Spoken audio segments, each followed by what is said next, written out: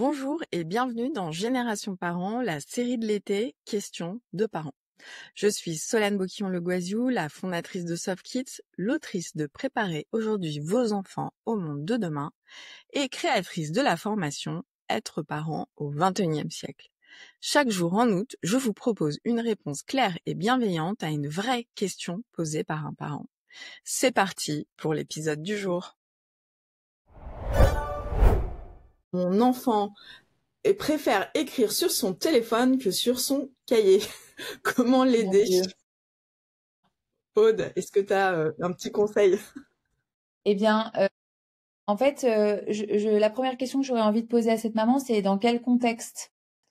Parce que peut-être que là, ce que décrit la maman ou le papa, c'est que c'est peut-être parce qu'il y a une difficulté motrice, ou peut-être parce qu'il y a une appréhension, peut-être parce qu'il y a un trouble, ou peut-être, etc.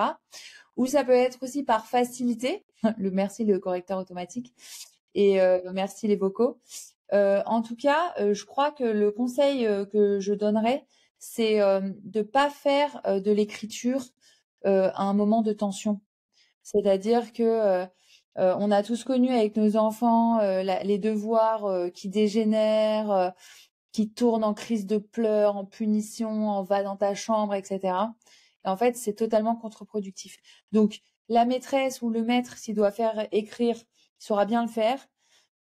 L'équipement n'est pas tel que les classes françaises soient toutes totalement équipées. Donc, j'ai pas trop de doute sur le fait que il y a une place importante sur l'écriture manuscrite.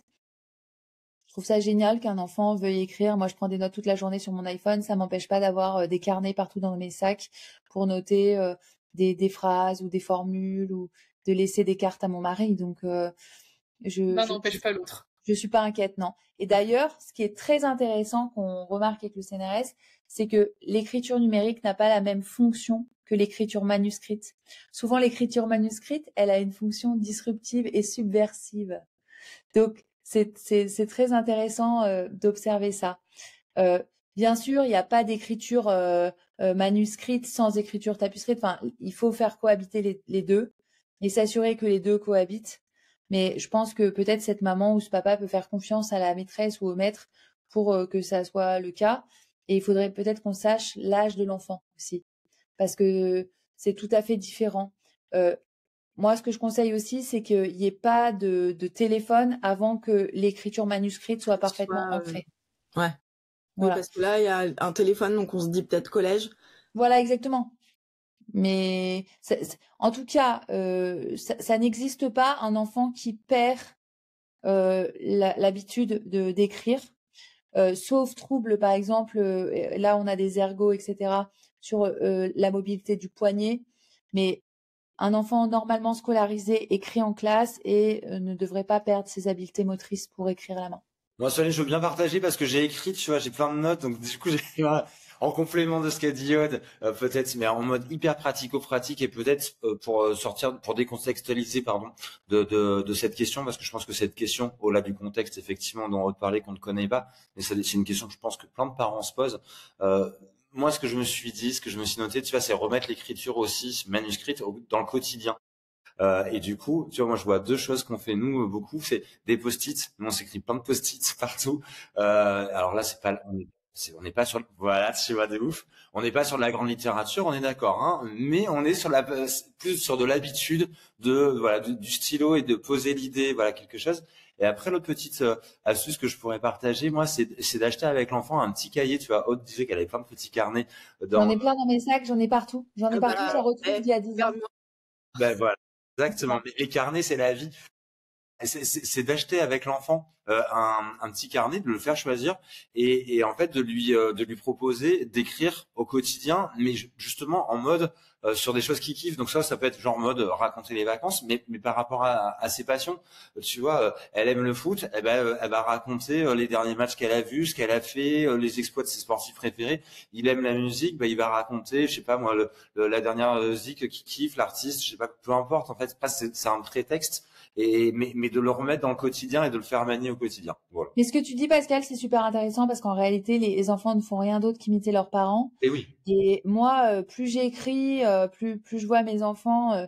Ma fille, elle s'est fait une table de créativité qui est en réalité un énorme foutoir dans le salon.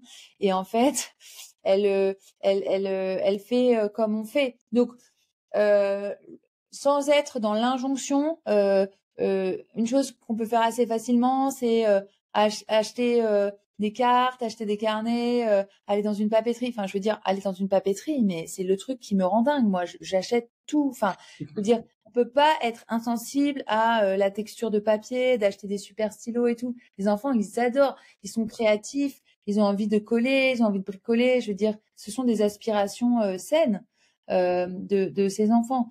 Donc voilà, se mettre dans des situations qui prêtent à écrire sans être dans une injonction pour en faire une fixation qui va crisper tout le monde, quoi. Ouais, carrément. Peut-être un autre exemple, moi du coup avec les miens, mes enfants, notamment le plus grand qui est en CM1, il adore les Monopoly, il adore les jeux de société et tout. Et en fait, ce qu'il adore, c'est créer ses propres jeux. Et en fait, tu vois, il refait des cartes, il recrée un autre Monopoly où il refait les cartes, les machins, les billets, les trucs. Et au final, il a pas l'impression de faire quoi que ce soit. En fait, il apprend énormément de choses en faisant ça, alors que c'est quelque chose qui lui plaît et qui fait par plaisir. Donc au final, c'est effectivement essayer de retrouver du plaisir en passant par les passions, c'est sympa aussi. Et moi, je donne une dernière astuce, parce que moi, j'utilise beaucoup les post-it avec mon aîné. Et je lui pose des post-it où en fait, c'est pas moi qui parle. Par exemple, je dis « J'aimerais bien être rangé, signer ton bureau. J'aimerais bien que la couette soit bien mise, signer ton lit. » Et c'est devenu un petit joke parce que lui, du coup, il répond. Et du coup, ça fait de la discussion aussi. Et c'est assez, c'est la petite astuce aussi pour qu'il s'occupe un peu de. Et en plus, un peu en mode CNV, tu sors du tu qui tue, tu sais, tu n'as pas rangé ta chambre, tu machin, donc hyper smart. Je trouve c'est l'objet qui parle, c'est hyper smart. Merci d'avoir écouté cet épisode de la série Questions de parents. Si ce contenu vous a parlé, vous a fait réfléchir ou vous a rassuré, pensez à vous abonner à Génération Parents pour ne rien manquer des prochains épisodes. Et si vous voulez aller plus loin dans votre posture éducative, je vous invite à découvrir nos ressources et ma formation en ligne Être parent au XXIe siècle. Un parcours simple, concret et bienveillant pour accompagner vos enfants avec sérénité dans ce monde en mouvement. Le lien est juste dans la description de l'épisode. À demain pour une nouvelle question et d'ici là, prenez soin de vous.